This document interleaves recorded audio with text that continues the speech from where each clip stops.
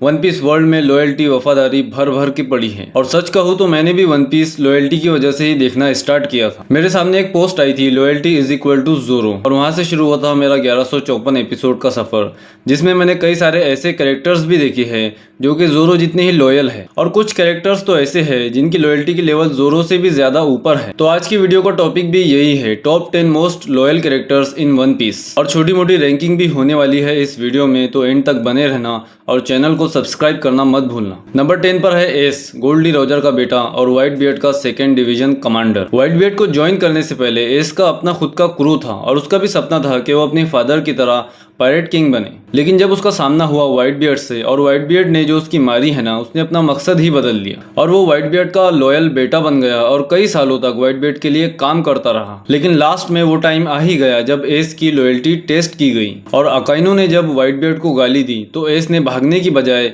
अपनी लॉयल्टी दिखाई और अकाइनो से फाइट की। सोचो अगर एस भाग जाता तो आज वो जिंदा होता, लेकिन एक वफादारी के चलते एस को अपनी जान गंवानी पड़ी। तो एस भी अच्छा खासा लॉयल कैरेक्टर है, इसलिए मैंने उसको नंबर 10 पर रखा है। नंबर 9 पर है बार्थोलोम्यू कुमा, एक ऐसा साइबोर्ग जिसके अंदर इंसानों से भी ज्यादा इंसानियत है। ह्यूमैनिटी की मिसाल कुमा द साइबोर्ग। कुमा की लाइफ स्टोरी काफी ज्यादा ट्रेजिक है। कुमा गिनी के लिए यानी अपनी लव के लिए काफी ज्यादा लॉयल था, लेकिन गिनी जब वापस लौटी तो उसके पास एक बच्चा था और गिनी मर चुकी थी। तो कुमा ने अपनी लॉयल्टी दिखाई, उसके बच्चे को अपनाया, उसकी परवरिश की यानी बोनी की परवरिश की, और लास्ट में उसके लिए भी सब कुछ कुर्बान कर दिया। बात करें ड्रैगन की, तो ड्रैगन के साथ भी कुमा के अच्छे रिलेशन थे।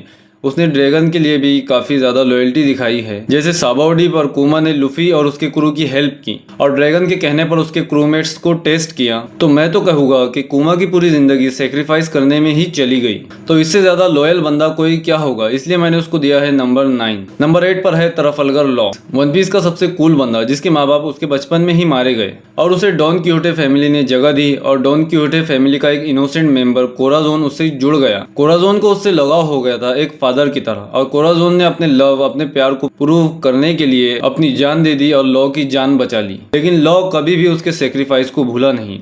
उसने अच्छी तरह याद रखा कि कैसे कोराजोन को टॉर्चर किया गया, कैसे उसको मारा गया, और लास्ट में लॉ खुद इतना पावरफुल बना कि कोराजोन की मौत का बदला ले सके। इसलिए मैंने लॉ को अपनी लिस्ट में ऐड किया है कि लॉ भी काफी ज्यादा लॉयल है। अगर वो चाहता था तो इन सब चीजों से भाग सकता था, इन सब चीजों को भुलाकर अपनी जिंदगी अच्छे तरीके से जी सकता था, लेकिन उसने ऐसा नहीं किया क्योंकि वो कोराजोन के लिए लॉयल था। नंबर 7 पर है एमेथ, जॉय बॉय का रोबोट। तो एमेथ एक रोबोट है जिसे 900 साल पहले बनाया गया था, और ये जॉय बॉय का एक क्रूमेट था। एमेथ अपीयर हुआ था एगहेड आर्क में, और हमें बताया गया था कि एमेथ ने आज से 200 साल पहले भी मेरी जोस पर अटैक किया था, और लास्ट में हमने देखा कि कैसे एमेथ ने लुफी की जान बचाई, क्योंकि एमेथ जॉय बॉय के लिए लॉयल था। और जॉय बॉय ने अपनी सबसे स्ट्रॉन्ग हाकी एमेथ के अंदर कैद करके रखी थी, ताकि जब भी एमेथ किसी मुसीबत में हो तो एमेथ वो हाकी को यूज करके उस मुसीबत से निपट सके। और हमने देखा ही है कि वो हाकी सच में बहुत ज्यादा पावरफुल थी, लेकिन एमेथ ने वो हाकी खुद के लिए यूज नहीं की, उसने वो हाकी यूज की लुफी के लिए, क्योंकि लुफी जॉय बॉय की तरह दिखता था। लुफी का अपीयरेंस उसको जॉय बॉय की याद दिलाता है। तो एमेथ इतना लॉयल है कि उसने जॉय बॉय जैसे दिखने वाले बंदे को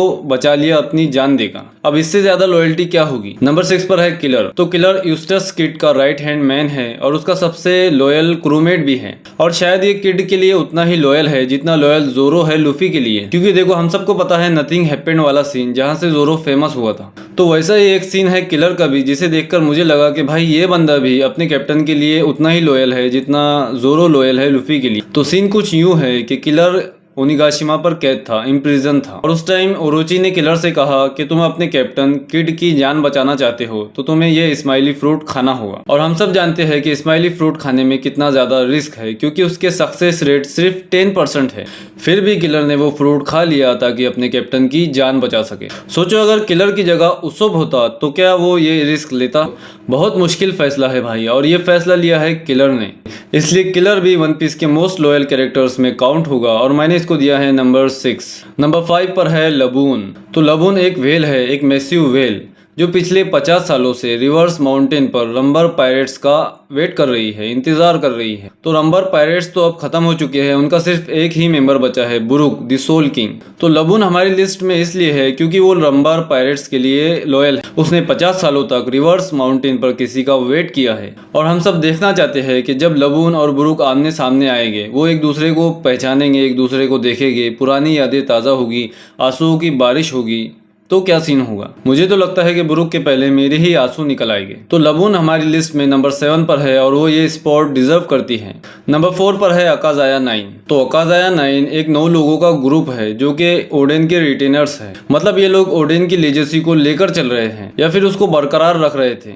ओडेन का मकसद था ओरोची और काइडो को खत्म करना और अपनी कंट्री वानो कुनी को आजाद कराना, लेकिन वो ये सब नहीं कर पाया और मारा गया। तो उसके जो लॉयल लोग थे जिनको हम रिटेनर्स कहते हैं तो वो थे अकाज़ाया। और ये 9 लोग हमारी आज की लिस्ट में इसलिए है क्योंकि ये लोग बहुत ज्यादा लॉयल थे अपने शोगन ओडेन के लिए और उन्होंने अपनी जान की बाजी तक लगा दी, इसलिए इनको मिलता है स्पॉट नंबर 5। नंबर 3 पर है मिस्टर 2।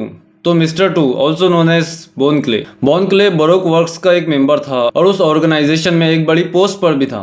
इससे लुफी का कोई स्पेशल रिलेशन तो नहीं है। लुफी और बोन क्ले ऐसे ही इत्तेफाक से मिले थे और फ्रेंड्स बन गए थे और उस टाइम बोन क्ले ने सेक्रीफाइस करके नेवी से लुफी को बचाया भी था। लेकिन किसने सोचा था कि आगे चलकर ये बंदा ऐसा कुछ कर जाएगा कि इसको हमें हमेशा याद रखना पड़ेगा। तो जब लुफी इम्पेल डाउन में था और मैगेलन के पॉइजन से मरने वाला था तब बोन क्ले ने अपनी जान दांव पर लगाकर लुफी को इवांको तक पहुंचाया ताकि लुफी जिंदा रह सके, बच सके। और लास्ट में इम्पेल डाउन से एग्जिट करते टाइम तो उसने अपने आप को पूरी तरह सेक्रीफाइस कर दिया। हम सब जानते हैं कि लुफी के जाने के बाद मैगेलन ने बोन क्ले का क्या हल किया होगा। पता नहीं, शायद वो जिंदा भी है या मर गया है, लेकिन हमारे दिलों में तो बोन क्ले ने एक परमानेंट जगह बना ली है। इसलिए मैंने रखा है बोन क्ले को नंबर 3 पर। नंबर 2 पर है जोरो। रोरो नोआ जोरो, लुफी का राइट हैंड मैन और मेरा फेवरेट कैरेक्टर। मैंने जोरो की वजह से ही वन पीस स्टार्ट किया था और अब भी मैं उसी को सबसे ज्यादा एंजॉय करता हूँ। अब देखते हैं कि जोरो हमारी लिस्ट में क्यों है। तो कोमा ने थ्रिलर बार्क आर्क में जब जोरो की लॉयल्टी को टेस्ट किया तो पूरे वर्ल्ड में जोरो के नाम का डंका बज गया था। तो जोरो ने लुफी का वो दर्द, वो तकलीफ महसूस की है, बर्दाश्त की है,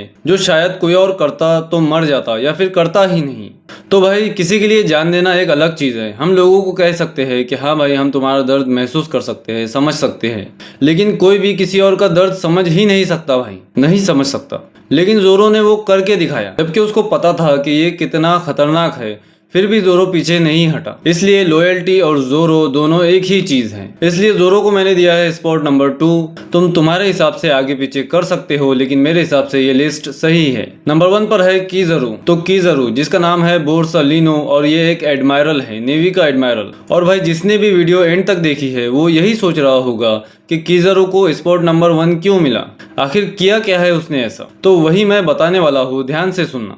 लॉयल्टी में क्या होता है कि अक्सर हम ये देखते हैं कि किसी ने किसी के लिए जान दे दी, कि भाई वो बंदा कितना लॉयल है, उसने अपनी जान तक दे दी अपने कैप्टन के लिए, अपने दोस्त के लिए, अपने प्यार के लिए या फिर किसी और चीज के लिए। लेकिन भाई यहाँ कंसेप्ट ही चेंज हो गया है। कीजरू इसलिए टॉप पर है क्योंकि उसने अपनी लॉयल्टी प्रूव करने के लिए जान दी नहीं है बल्कि ली है, और वो भी अपने सबसे अच्छे दोस्त की जान, अपने बेस्ट फ्रेंड की जान ली है, ताकि वो अपनी ड्यूटी पूरी कर सके, अपनी पोस्ट के प्रति अपनी वफादारी को साबित कर सके। ऐसा मैंने पहली बार देखा है, इसलिए कीजरू को मैंने टॉप पर रखा है, स्पॉट नंबर 1। तो ये थी हमारी आज की वीडियो जिसमें मैंने टॉप 10 मोस्ट लॉयल कैरेक्टर्स को रैंक किया है। और अगर तुम्हारी रैंकिंग इस लिस्ट से अलग है तो कमेंट्स कर देना। मिलते हैं नेक्स्ट वीडियो में।